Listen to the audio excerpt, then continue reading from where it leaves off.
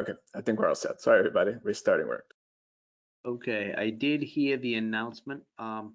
Victor, you're gonna need to make me a presenter or whatever I need to be so I can see folks.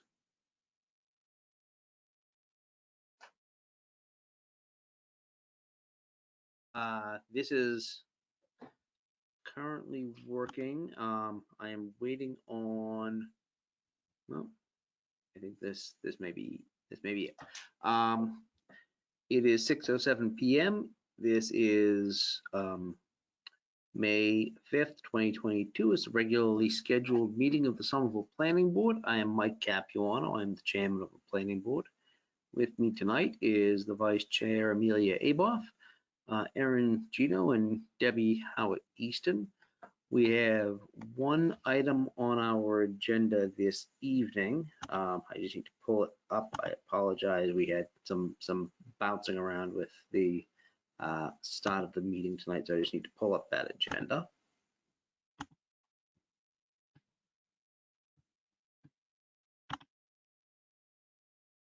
Okay, and pursuant to Chapter 22 of the Acts of 2022, this meeting of the Somerville Planning Board will be conducted via remote participation. A recording of the proceedings can be accessed at any time using the registration link at the top of the agenda for this meeting. This meeting is being recorded. We have one item on the agenda this evening that is a new item. It is 350 Assembly Row. I'm going to ask the clerk of the planning board to please read into the record the notice of public hearing for 350 Assembly Row. All right, reading into the public or into the agenda, 350 Assembly Row, P&Z 21-137. SRI Assembly Row B7 LLC proposes to develop a 7-story lab office building which is subject to the Assembly Square Mixed Use District of the Somerville Zoning Ordinance in effect as of August 1st, 2019, and subject to PUD PMP PB 2006-59 as amended, which requires a site permit and special plan approval, and is seeking waivers for minimum parking stall width and minimum parking requirements. Thank you very much, Madam Clerk. I would ask for any person who is affiliated and wants to speak with, and on behalf of the applicant 350, please do a raised hand so staff is aware of who should be unmuted and whose screen might need to be shared for the purpose of the public hearing.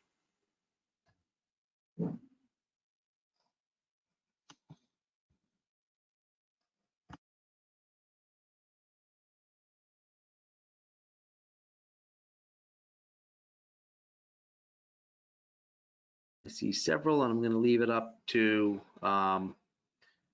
Victor to make sure that these folks are unmuted and their ability to share is ready to go.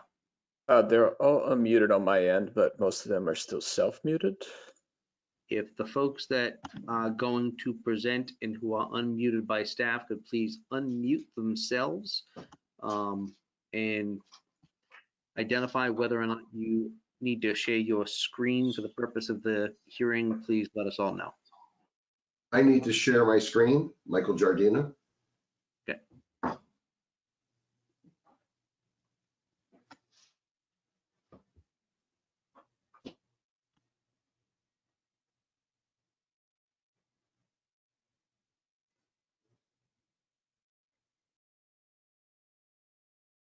Okay, Michael, you should be all set to present. Let me know if you have any issues.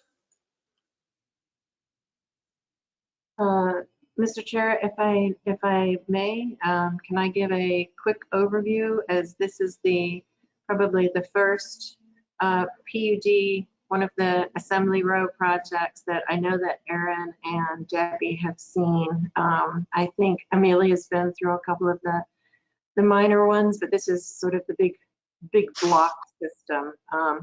This is a project that has been around since 2006. Hey, Sarah, And before I you think keep going, just for the purpose of the record, could you just introduce yourself? We know who you are, but I am so sorry. You are correct. I am Sarah Lewis, Director of Planning, Preservation, and Zoning. Assembly Row is all those letters that poor Erin had to read, the preliminary master plan of a planned unit development is what actually guides this project. It has been amended multiple times over the years as new projects come online. Federal Realty actually has 7B and Block 9 are the only two left to be developed under the original PUD. So what you see out there now has been all done under the same, essentially a PUD is the equivalent of what we call a master plan now. There are, because this has been in place for a long time, there are different rules that they are under regarding open space and civic space and LEED requirements. However, this team has worked with multiple divisions in the city to get to the point of approaching the requirements that are in our new ordinance. So they've gone above and beyond what they are required to provide on this site. As you get into the next step from what was the PUD should have been what was called a site plan with site review. And that is the equivalent of a site plan approval and special permit combined. And so that is the process they have followed in the ordinance to get to this point. So they've done all the neighborhood meetings and the Urban Design Commission and all the required steps. The one piece I do want to point out, we realized as we were doing the finalizations on the, you might have noticed the monster spreadsheets that are part of the appendix. That's the way that we have to keep track of all the findings under the old ordinance and the requirements for the conditions of the PUD. The PUD amendment to incorporate the design guidelines has to be, it's being advertised and it has to come forward as a separate legal notice because it's an actual amendment to the PUD. So while it was incorporated into this staff memo, that piece has been advertised and will come before you next time. Now, just to complicate them a little bit, the reason that is important is that has to be voted in place before you can actually vote on the special permit and site plan approval. So that means that we cannot vote on this tonight, unfortunately, until we take care of, usually with the big complicated projects, I know there's, sort of it's at least 2 meetings to get all the hearing done that we need to do. But there will be another piece of paperwork. So for next meeting, it will be a whole lot smoother and those 2 pieces will be separated. So hopefully I didn't confuse.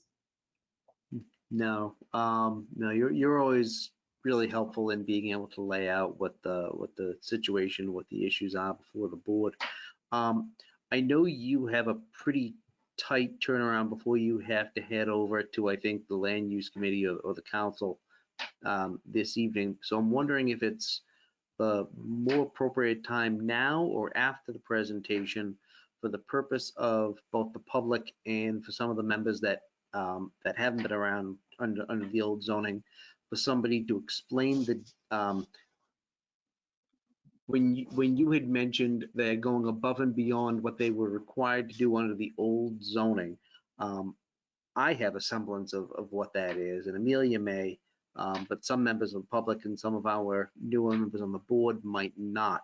So I'm wondering if it would make sense for either you, Sarah, before you have to head off, or one of your designees, or the applicant themselves, just be able to give a quick overview of what they would have had to do, 3 years ago, and what they have chosen to do now, above and beyond, because I think that's kind of important to keep into consideration while we look at this application.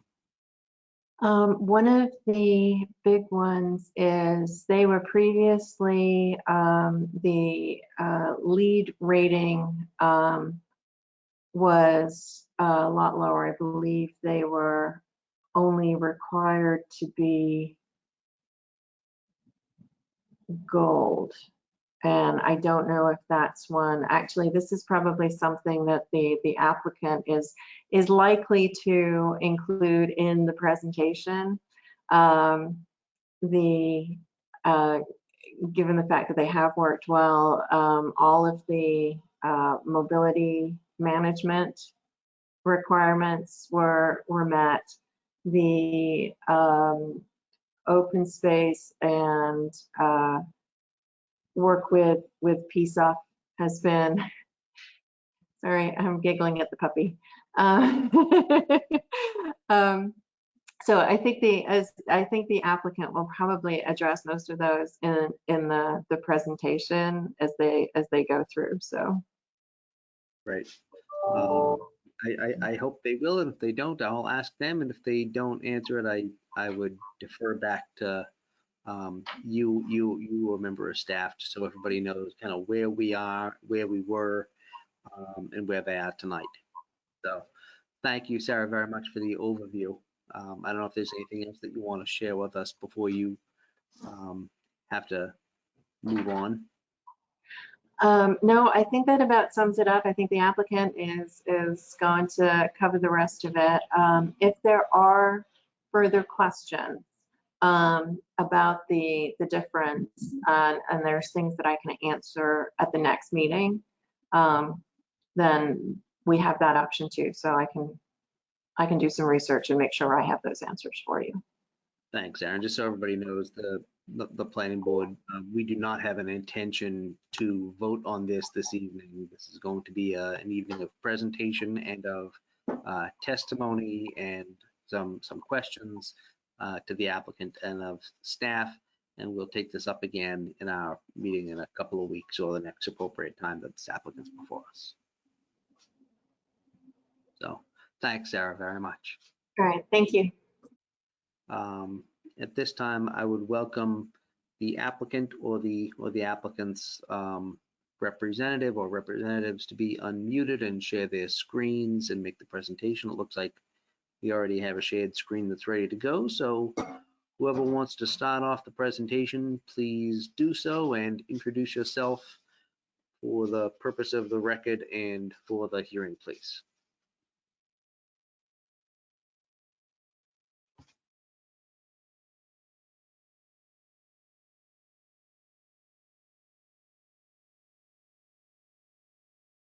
Everyone appears to be self-muted at the moment, so check on that if you're trying to speak. If you are the applicant or the applicant's representative and you're trying to speak, you should be unmuted on our end. So please unmute yourself on your end so we can hear you.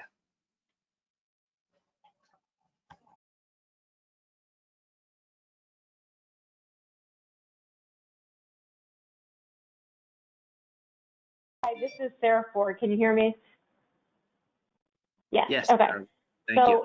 So, I don't. Are we not sharing our faces tonight?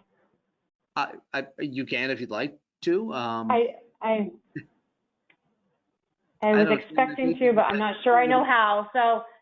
So let's just roll with it. My name is Sarah Ford. I am a director of development for Federal Realty, running point on this project for Federal Realty.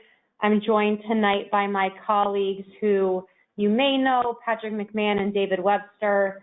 Jacobs is our architect of record. Michael Giardina is the design architect who will be presenting tonight on behalf of Jacobs.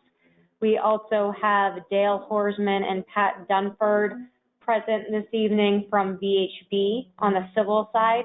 Michael, I don't know if you're able to advance the presentation to the project team slide.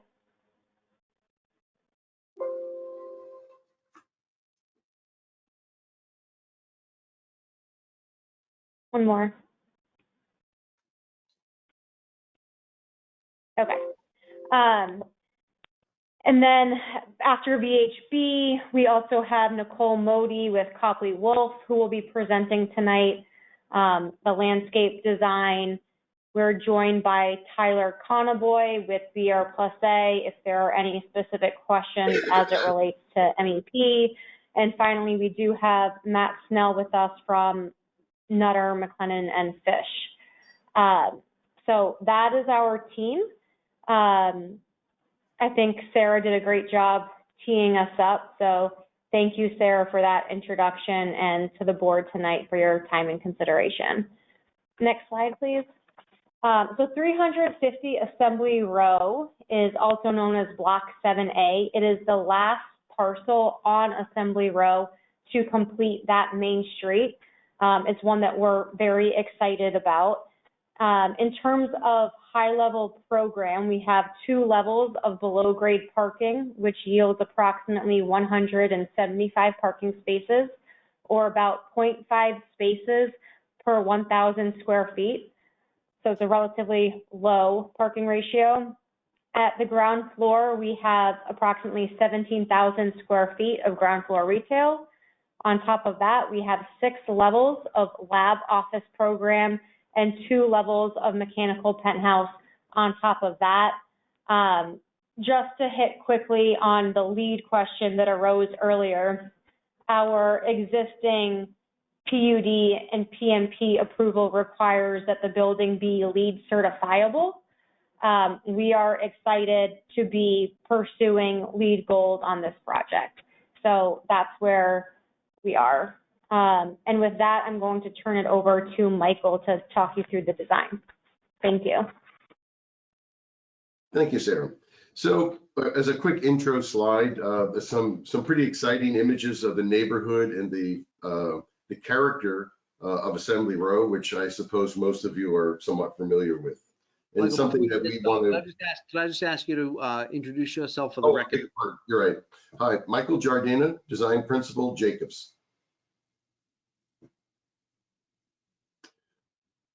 So we have a couple of diagrammatic slides and we have some renderings to share.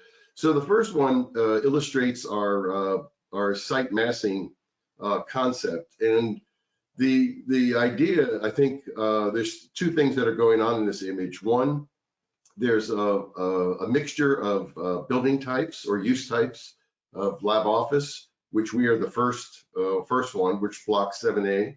I don't know if you can see my cursor right here. There's hotel, residential, obviously lots of retail, and then adjacent is the MBTA. So interestingly, the way that the site is organized from the massing, from the river, let's say from page right to page left, it goes up in height and sort of terminates with the Mass General Brigham building. So we're right kind of in the lower middle there, trying to be a good neighbor and help define the terminus of Assembly Row there.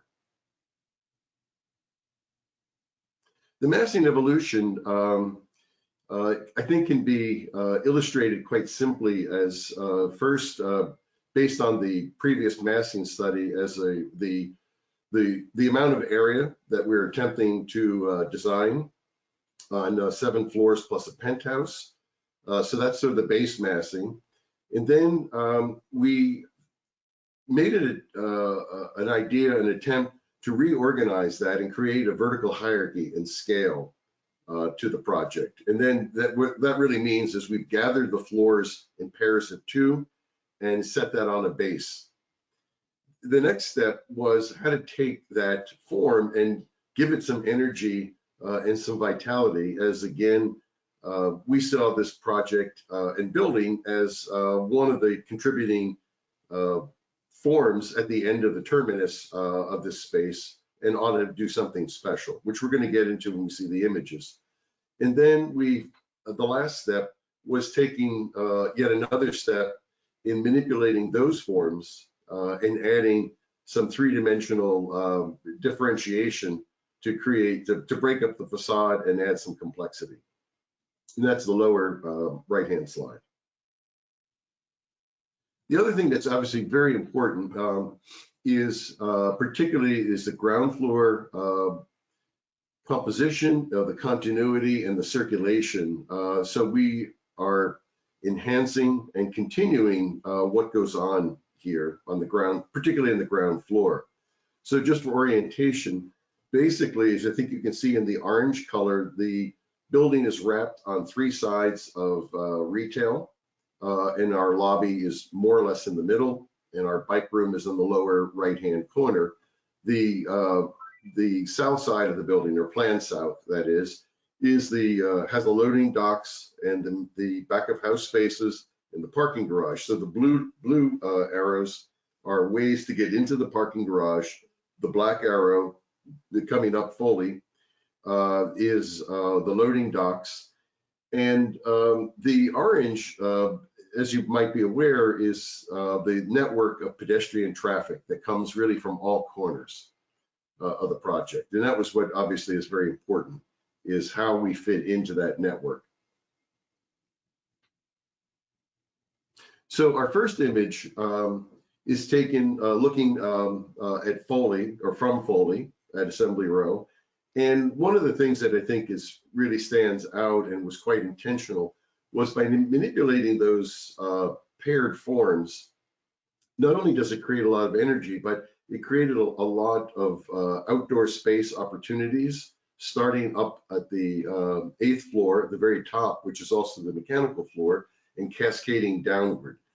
Not only does that give a lot of opportunity and interest for the occupants, but also for the participants around the building, as it pulls the building away from the opposite side of the hotel, opens up the street, and obviously gives a rather dynamic visual interest at this very key intersection. And you can see there's a great deal of energy at the bottom of the building that is differentiated and is trying to assimilate itself into the typology of Assembly Row, where we have a lot of diversity of retail types. This is looking at the opposite corner at Revolution. And, obviously this is somewhat maybe not so obvious, but the inverse of those big forms moving about with wood fins on the end to screen those views, and also to create exterior terrace space. And again, you can see the street life that's proposed. And finally, a view looking up Revolution, as it were, showing that all sides are being treated equally. We see it as a full four-sided project, receiving as much attention as we can all the way around the project.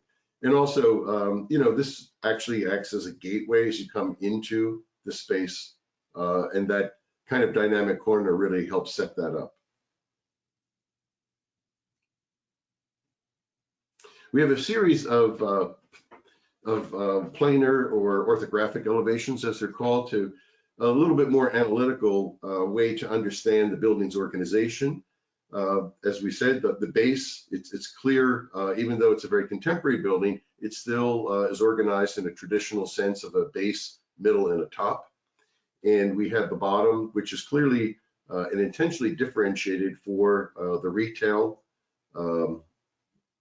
uses. And then we have these three pairs of lab office floors, and then we have our mechanical penthouse, which we've gone to, I think, significant lengths to incorporate as part of the image of the rest of the building to reduce that height.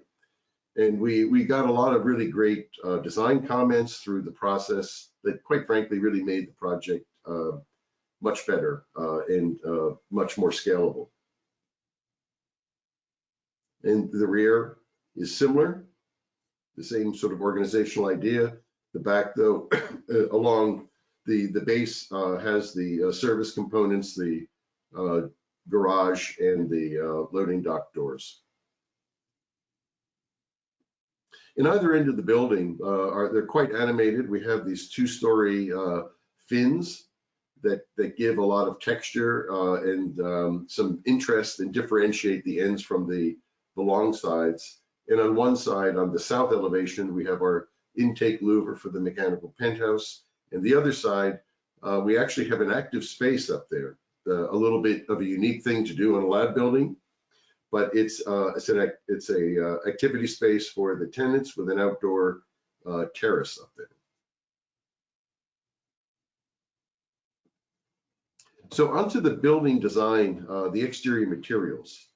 So going across the top from the left to the right, the frame, as we call it, is clad in a metal panel, and the penthouse is a reflective rain screen material. That's number 2. Then we have a mixture of spandrel and vision glass as the bulk of the infill. And then on the ends, we have faux wood fins on either side.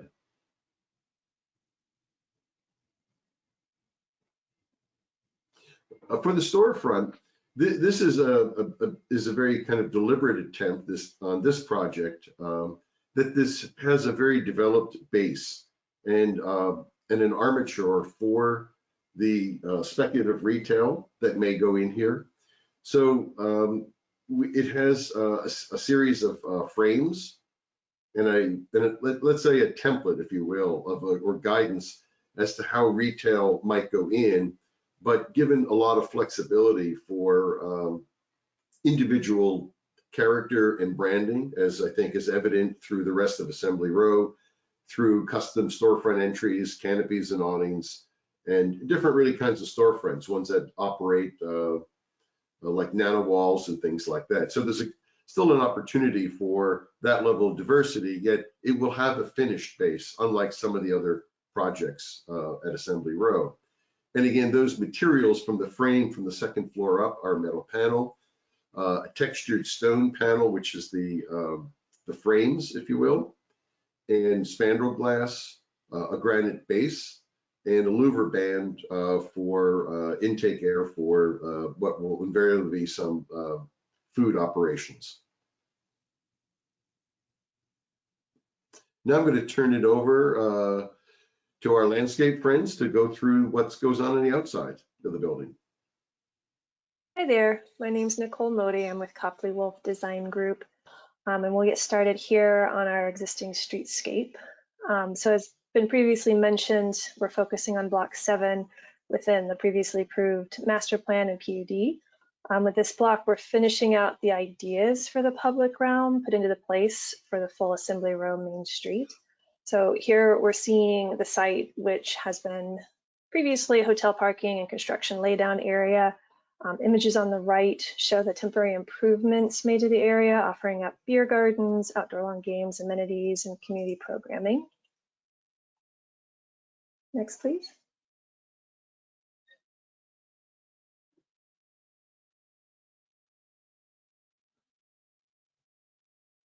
Michael, can we go to the next slide, please? Yes, there's some operability issue here. Hold on.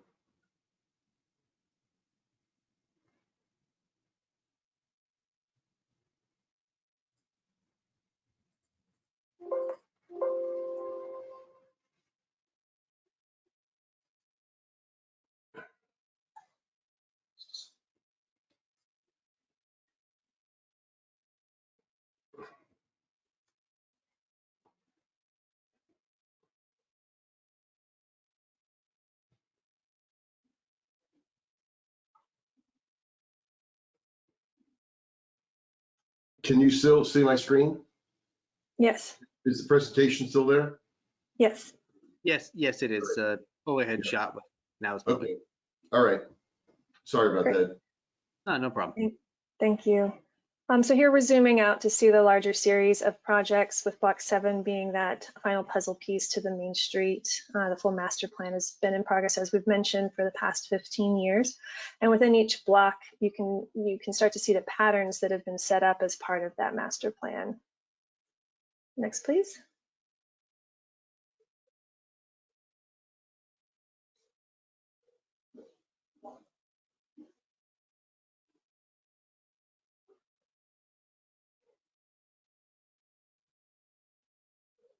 There we go. So I'll walk you through an overview of how we follow the pattern from the original PUD and how this project modifies it to reflect the specifics of this site. So where we're modifying the pattern, you can see here the full assembly line park that connects Block 8 to Block 7A. With this project, we're creating a Woonerf condition where the roadway is becoming a raised roadway flush with curves and prioritizing pedestrians over vehicles. We already do have a precedent for Woonerfs within the master plan between Blocks 1 and 2. So this Woonerf will also be periodically closed to traffic and programmed by FRIT, just like the ones between Blocks 1 and 2, which is a very actively programmed area. Next. So we'll zoom a little bit more into Block 7A. So how we're carrying the patterns through is we are continuing to offer ample pedestrian streetscapes. We're providing pavers at our pedestrian bump outs at the corners, including improved and distinguishable paving at our building entrance. We're providing integrated planting and raised tree pits within our furnishing zones and offering a very clear connection across Assembly Row to Cafe Nero and the smoke shop. So next I'll walk you around the site a bit more to zoom in on the different street zones we have. So here we see the north side of the building on Foley Street. This zone is integrating longer linear planters. We have proposed a series of understory trees unique to our streetscape condition and are coordinating with the city on species. All the trees we're selecting are from the recommended planting outlines in the Urban Forest Management Plan, the city's Urban Forest Biodiversity Initiative. So we anticipate this zone as well to be a retail area with outdoor seating adjacent to the building. So here we're showing our Foley Street and Assembly Row area and seeing how that daytime pedestrian use is starting to activate all of these spaces. So now we're coming to Assembly Row southbound. We've zoomed in on the North Streetscape area. This section of Assembly Row has that Woonerf condition I mentioned. This image is showing the vehicular access, and we also have a pedestrian activated space. We're proposing the pedestrian conditions on evenings, weekends, and festival types of events. So this is showing that same area with the active programming of this space. This could include community dining, movable seating, outdoor games. Towards the right of the screen, you can see we're proposing a strong central connection from Assembly Row to the main entry of the building. We're riffing off of similar material patterns that are already found on site, but changing up the layout to reflect more of the geometry specific to this project. So I'll walk you through a few images that we have here. We're showing some vehicular planting bollards just to bring some fun to the space. The image on the middle left you can see is salsa dancing on blocks 1 and 2 and their existing Woonerf and how they're activating that space. On the bottom right, we're seeing how, or the bottom left, we're seeing how tree plantings can be handled if they're in flush ground conditions. And that middle image, we're seeing another nighttime version of that Woonerf that's lit up and activated that's existing on site. So we already have a Woonerf installed on the northbound side. We're simply perfecting the rest of the space and extending it across to the southbound side. The sections on the right show that transition from vehicular to pedestrian conditions across that flush curb condition. Next, please. So here we have a view from the smoke shop. You're seeing a portion of Cafe Nero on the right, and this view is looking back towards the main entry to the building across that Woonerf during the daytime pedestrian use. And moving around to the South Streetscape, we're proposing more lounging and community engagement. The patterns and materials are continuing from the North Streetscape. However, the site is kept more clear and considered to be active uses, so more outdoor games and game tables, etc. Here we're just showing the pedestrian activation, but it will also have that vehicular mode as well. And this is just a sampling of some of the games that we can bring out to the site. And we're also looking into providing more whimsical planters, textured panels and pavers where needed, just to give that change of color and texture for accessibility. Next. And here we're showing our view from Assembly Row and Revolution Drive, still with that strong pedestrian focus. And this final area has more of the traditional Assembly Row streetscape, including the raised bed plantings with tree rails, movable furniture, and the traditional paver patterns.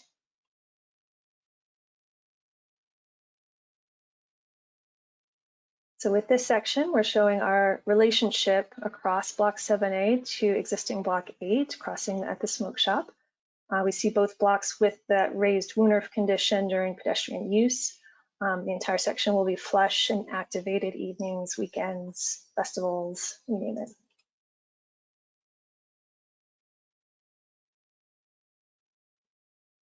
And finally, we're looking back at the smoke, or from the smoke shop towards the building, this time lit up and ready for a nice evening at Assembly Line Park.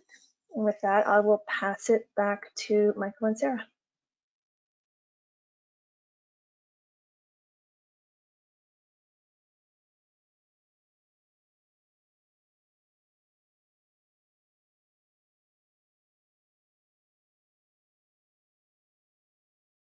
I'll just wait for Sarah to get on to make some concluding remarks.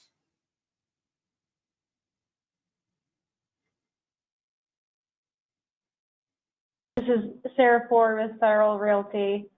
So I think that concludes the presentation tonight for 350 Assembly Row, and looking forward to answering any questions or comments you all have. Thank you, Michael and Nicole. Thank you, everybody on the team. I'm going to open it up to, I know Sarah Lewis has already kind of spoken about the zoning code logistics of this particular project being subject to an older PUD, but I don't know if anybody on the board has any comments or questions for the applicant or of staff before I open it up to public testimony.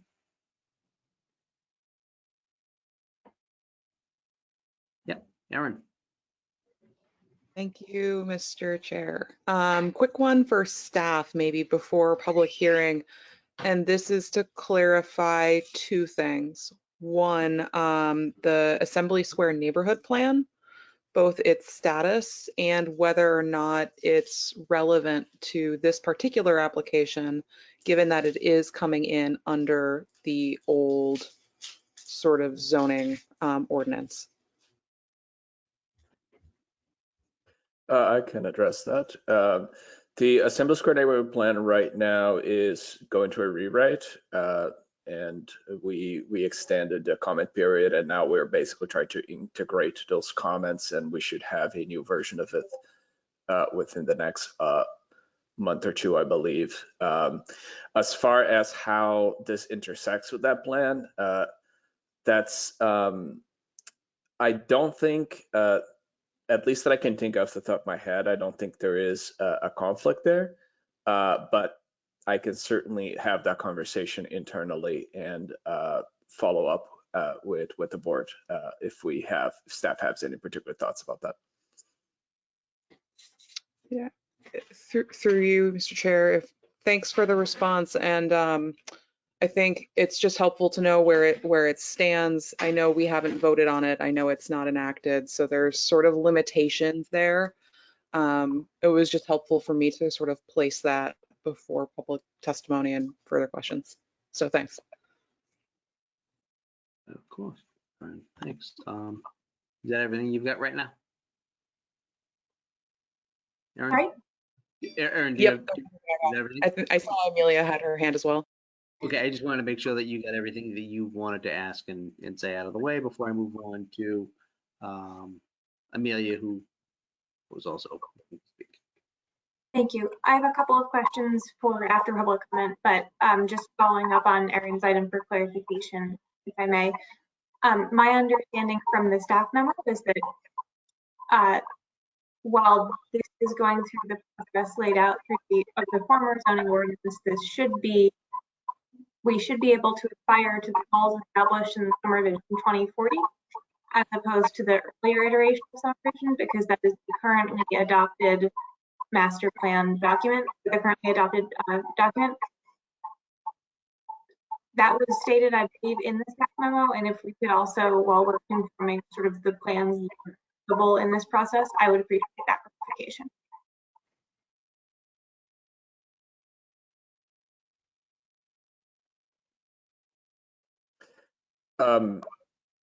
I didn't write that staff memo, but if that was mentioned there, I certainly think that makes sense given the context, because the comprehensive plan, unlike the zoning code, should be something that you can utilize your judgment on how to apply or consider its relevance to any cases placed in front of you. But I'm not 100% confident in that answer. So I will also follow up on that with staff and see if anyone has any different opinions. Thank you so much.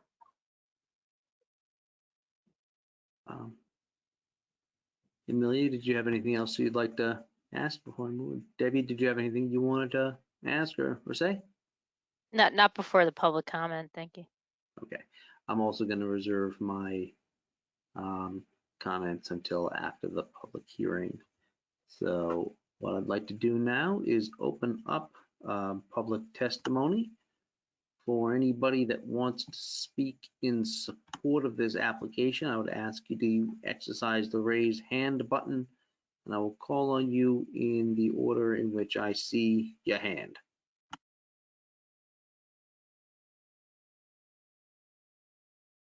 Okay, the first person I see is Dale Horsman. Sorry, I'm with the applicant. Okay. Sarah Ford, your hand is also raised. I assume you're not going to testify. You are correct. Okay. Nicole Modi has also presented part of the application, so she should unraise as well, unless she wants to present as a member of the public as well. Scrolling down, I'm just double checking because my screen is a little bit weird right now. I see no hands looking to testify right now. So what I'm going to do is go once, go twice, close that portion of the public hearing, and open it up to testimony for anybody that wants to speak in opposition to the application or otherwise express concern for it. So please exercise your raised hand button and I will call you in order.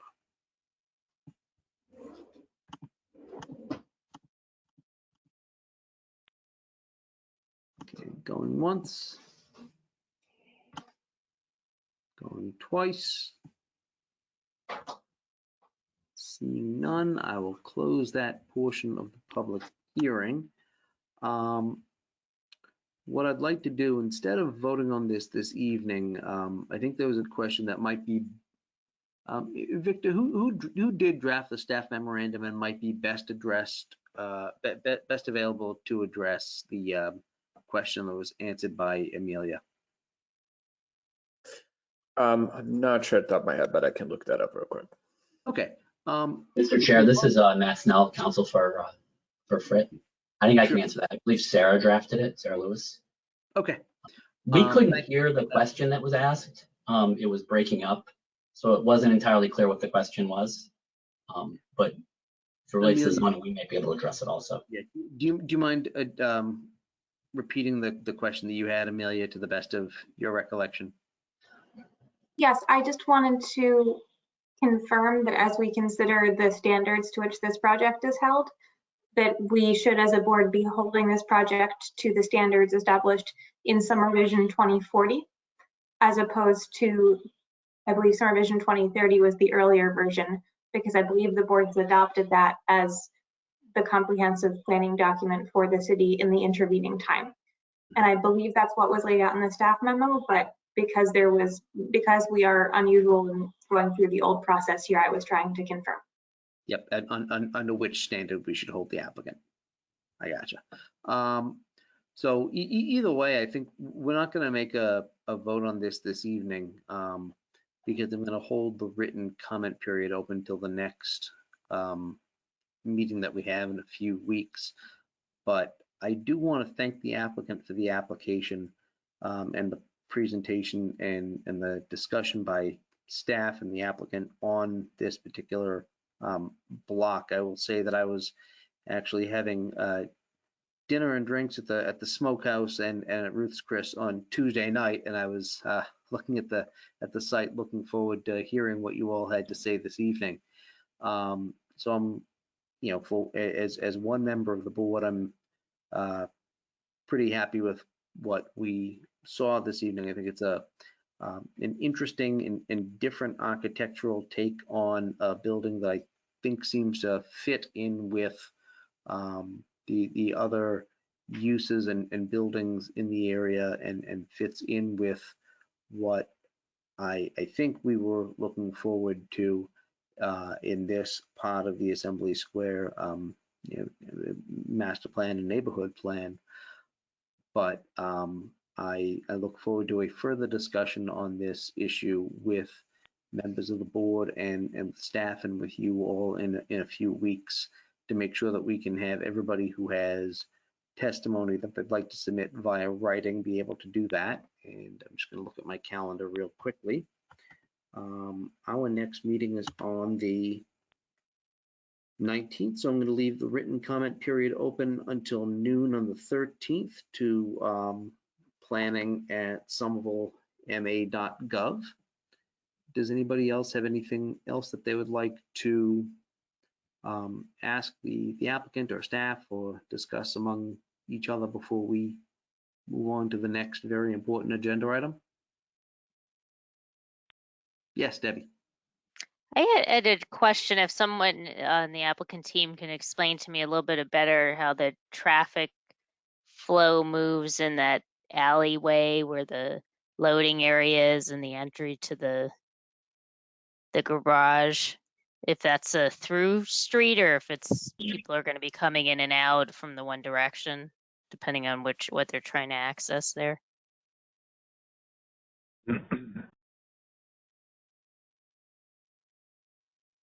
Michael, are you able to pull up the ground floor plan? Yes, let me see if I can get that.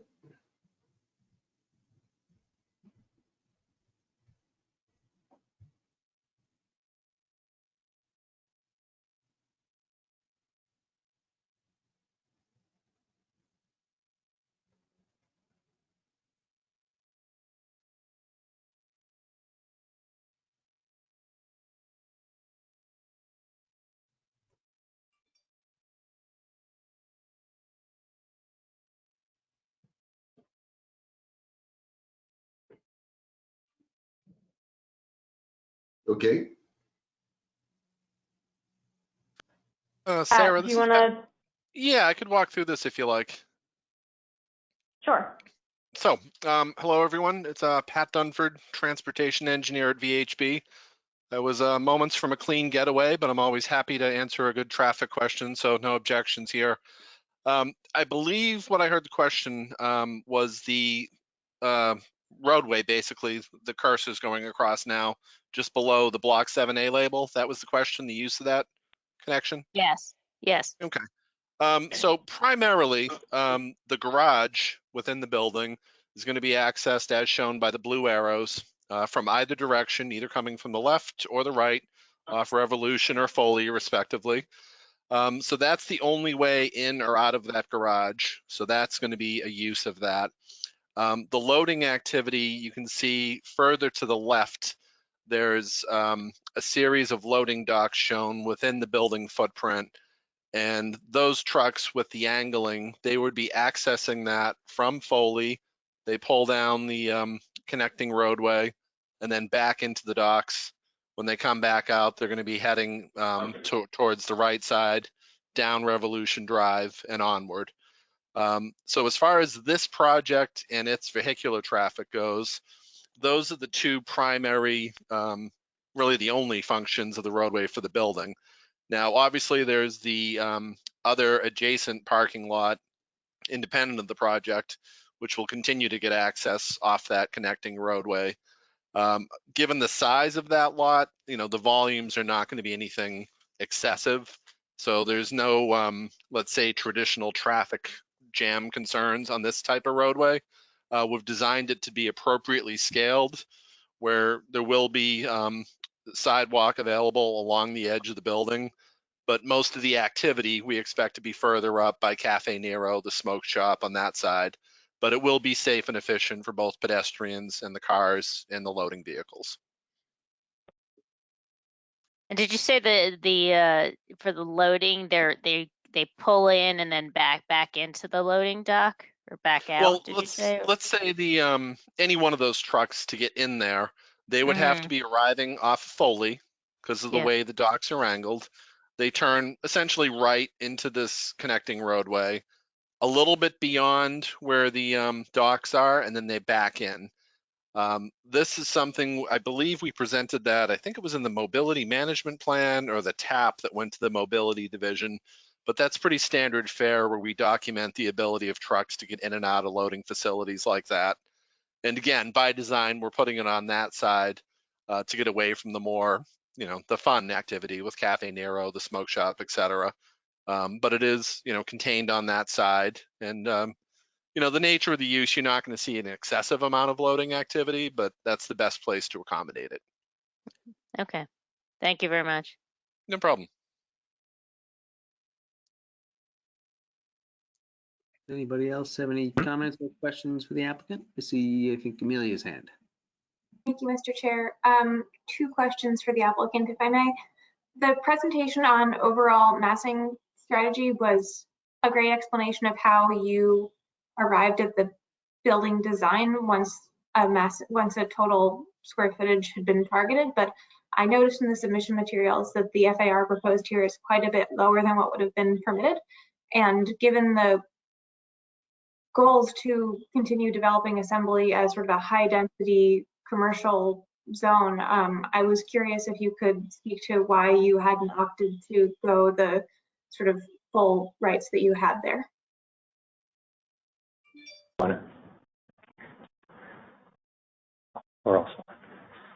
Hi, this is Patrick McMahon. I'm with the applicant with Federal Realty. I work with Sarah.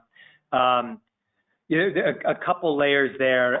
The first and primary layer there would be the very nature of the building itself as a lab life science building, and the chemical storage requirements and the fire life safety that goes into that, and the diminishing amount of space on upper floors that can house chemical storage safely, and therefore making those upper floors as you go further and further north or into the sky less likely to be lab.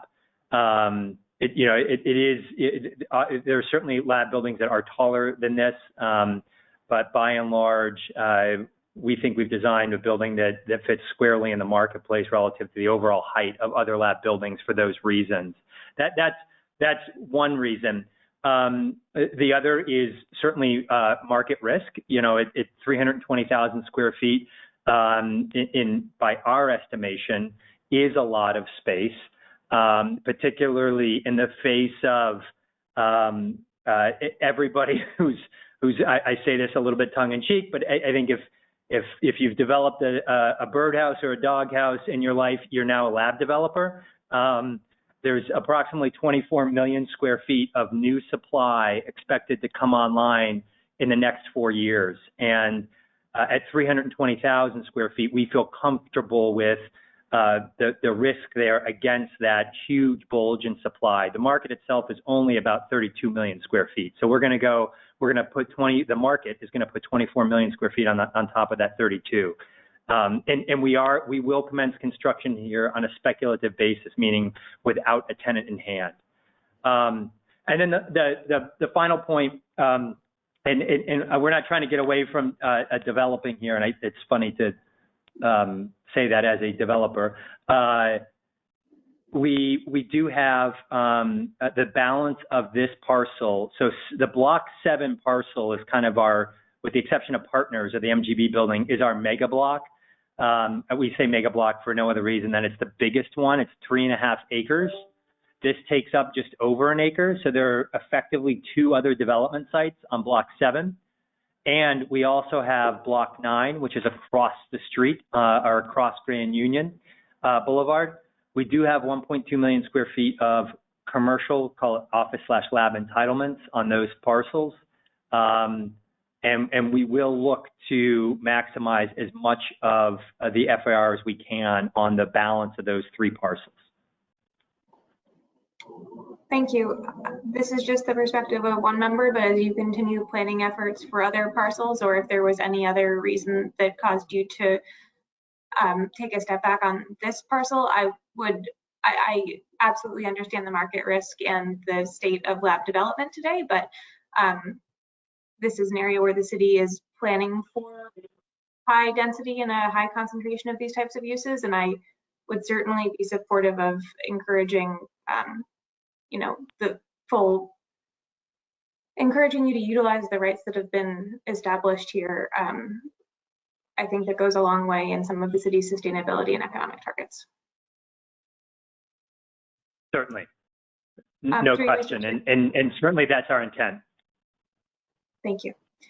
Mr. Chair, I have one other question for the applicant that I suspect a different member of the team may like to address, if I may. Yeah, of course. Thank you. Another conversation that we've been having at the planning board recently has been about an increased focus on accessibility and universal design principles, especially in our public spaces. And this may not be something that you're prepared to speak to tonight, but I would love to understand in greater detail the materials and the dimensionality that are being proposed for the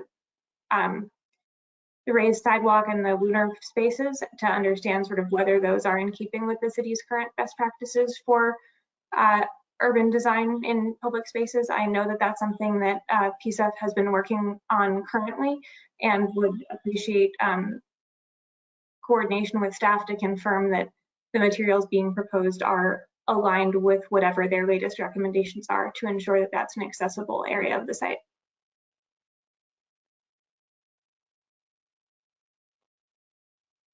This is Sarah Ford with Federal Realty. Nicole, I don't know if you're prepared to speak to that question tonight, or if we want to come back prepared to speak on May 19th. Yeah, I mean, I think we can definitely come back and speak to that on May 19th. I think we could address it on a higher level briefly here if you'd like, but definitely would be better prepared. Yeah, on the 19th. I would love to have that answered more fully on the 19th, and to the extent there's an opportunity to coordinate on the city staff side. I do not have their latest recommendations, so my request is that we make sure they're aligned, and I think you'll need to speak with someone from PSEF to understand what that means. Yeah, absolutely, and we have been in conversation with PSEF and Mobility. Thank you so much. Erin, yes. Thank you, Mr. Chair. Just maybe, if I may, a couple also questions for the applicant. Particularly, maybe we have been having a lot of discussion around parking, and I know you guys are requesting a lower than required parking space limit, especially for this master plan development underneath the old ordinance. I was just wondering if you could maybe discuss if you had considered going even lower, considering that you are very close to Orange Line stop and other public transit options, and really just kind of how you arrived at your parking numbers that are not quite the sort of required minimums. How did you get to that, 300 some odd spots? This is Patrick McMahon again with Federal Realty, the applicant. It has been really wonderful and encouraging to see the evolution of I guess call it parking behavior or human behavior relative to parking here at Assembly, as the place has become, call it more urban in character. Certainly following the installation of the Assembly Orange Line stop, the parking ratios across the board have declined from original thinking, our original thinking over 15 years ago, Avalon Bay's original thinking. On the residential building, as an example, Avalon Bay in their first two buildings built 1.1 spaces per unit. On the 500 unit building that we just delivered, we delivered at 0.5. It's been great to see that. Right now on this particular building, and to your question, and certainly overall, I think probably everybody on this call and everybody, most people in our world cannot wait for the day that we're building no more parking for all sorts of reasons. But on this particular building, we're comfortable at 0.5 given where we are in the market right now. We think we may have to lean on some of the capacity, additional capacity we have in other garages, given market demand. But we think that we can market this building and be marketable, say that another way, at 0.5. Below that, we're nervous, and that has a lot to do with the fact that next door Biomed is approximately 1 space per 1,000, I believe. I believe Greystar is just below 1 space per 1,000, and please forgive me if I'm off on that, although I think I'm approximately right on both of those. And so, we're comfortable going to 0.5 without negatively impacting sort of our market competitive advantage against those comps or those competitors. If we have excess capacity in this garage or the demand isn't there, then that means on the next one we're absolutely going to consider a lower parking ratio. Okay. Yeah, thank you. That's very helpful to just understand how you guys are thinking about coming to that 0.5 ratio. And it's good to hear that you are pushing that sort of nervous lower limit. And I totally understand it is a challenging market to be in right now, especially in biotech funding space. Maybe one last question, if I may, and this is probably a relatively quick one about the neighborhood meetings. So I was just wondering, what the general attendance was like at the 2 neighborhood meetings you had, and if you could maybe comment on how dynamic that conversation was. Anyone from the applicant team or even staff. This is Patrick McMahon again from Federal, the applicant. I can start, Sarah, and others feel free to jump in. We had two neighborhood meetings prior to UDC submission and that process, which Councilor McLaughlin obviously set up, hosted, and advertised. I would say, I don't know comparatively to other neighborhood meetings throughout throughout the city, but attendance was, we certainly had a good number of folks who attended. A number from, I would call it the Mystic View, folks who have long participated in the planning and the evolution of Assembly. And then most of the attendees were actually residents here at Assembly, both in the rental apartments and the for sale condos. Exact numbers I don't recall, but I know those neighborhood meetings went as long as they were scheduled for. I think each one was scheduled for 2 hours, and it usually was about 20 minutes of presentation and about an hour and a half of back and forth and Q&A. But others should please feel free to add some color there.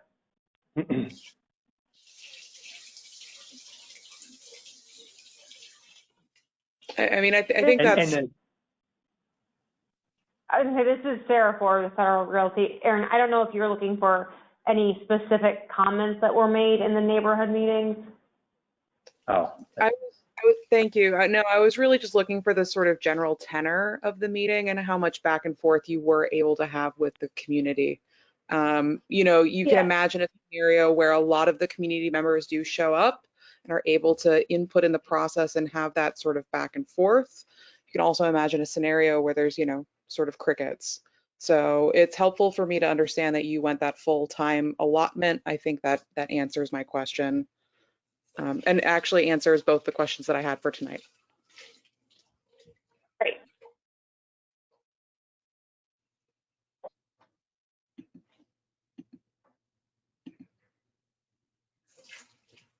I think that are all the questions that we had on the board this evening. I will say this, the question that I have, and I don't know if we're prepared to speak on it tonight or if it's going to be something that's more of a staff question, is there was a question related to the amount of parking that's going in on this particular building and how it relates to the parking needs kind of generally in the Assembly Square master plan neighborhood.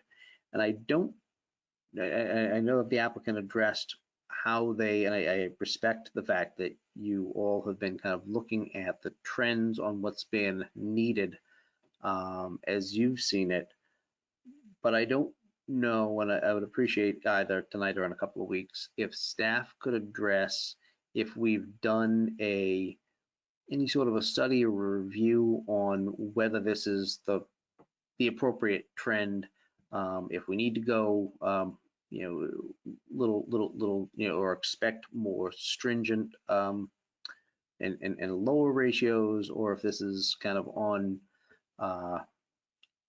par with what we're expecting and what we've seen on a global scale, because obviously this is part of a much larger, you know, neighborhood and master plan. So I would imagine that the reflection that we see on this particular application mirrors what has been seen in the neighborhood generally, but if somebody could, I don't know if it's an appropriate question for this evening or for next time, address where it is that we came from, because when we originally came up with some parking numbers, they were a particular thing that we planned on having the Mass General building have a parking lot, and everybody was freaking out that it was too much parking. And I have no idea whether we overparked the building or not, or in the appropriate places, because I can tell you the places that I tend to go in Assembly Square, it's often pretty tight. So I don't know if people are, you know, just not using the availability on this end and walking over, or what the deal is, but I'd just be curious to know where we are in a global sense for the master plan area. And I don't know if that's something that somebody can address tonight or is best suited for not even an application, not even a discussion on this particular block, but on the Assembly Square neighborhood generally the next couple of weeks or in the future. If I may clarify, Michael, so Rebecca was originally the case planner for this project, and then Sarah Lewis took it over with staff changes. With Rebecca being on vacation, Sarah being unavailable, she would be the best person to speak with this. But I have taken notes of all of your questions, and I'll make sure that Sarah Lewis has access to them and is prepared to answer them for the next meeting. That's fine. And I will say, you know, Rebecca has been involved in this for a very, very long time as a staff member and as a board member before that. And I know she knows what she's doing better than almost anybody that I know. And I know she and I often see this issue differently, but I always respect where she comes down as a professional on this stuff. So I'm looking forward to hearing what Sarah or Rebecca would say on this when they have the opportunity to respond. Chairman, this is Sarah Ford with Federal Realty. I'm sure staff will have good insight and response to that question. But just to speak anecdotally, when the PUD was originally approved, we were entitled, I think it was in 2006, so about 15 years ago, for 10,000 parking spaces. With the construction of Block 7A, we will be at 3,400, so drastically below that which we were entitled to build. I think that shows a general trend to, less reliance on single vehicle trips and building ultimately less parking than we had originally anticipated. Obviously, in 2006, there was a very big question as to whether the Orange Line was going to come. So that times have changed and things have evolved in a good way. So I appreciate your presentation. I appreciate the comments and questions from obviously the board and the responses from the applicant and from staff. Does anybody else have any comments or questions at this time, or are we ready to kick it to the next meeting when we could have any additional discussion? No? Okay. Thank you very much for all the folks that presented this evening. Apologize for the little bit of the technical hiccups that we had at the very beginning, but it's the nature of the world we're in. So does anybody else have any comments or questions before we move to adjourn this evening? This was the only item on the planning board's agenda.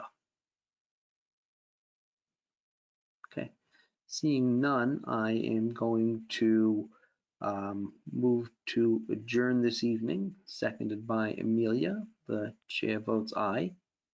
You vote aye. Debbie Erin votes aye. Sorry. Debbie votes aye. Erin votes aye. Wonderful. Thank you all very, very much. Have a good night, and we'll see you in a few weeks. Thank you. Take care. Thank you. Thanks. Good night. Good night, everyone. Good night.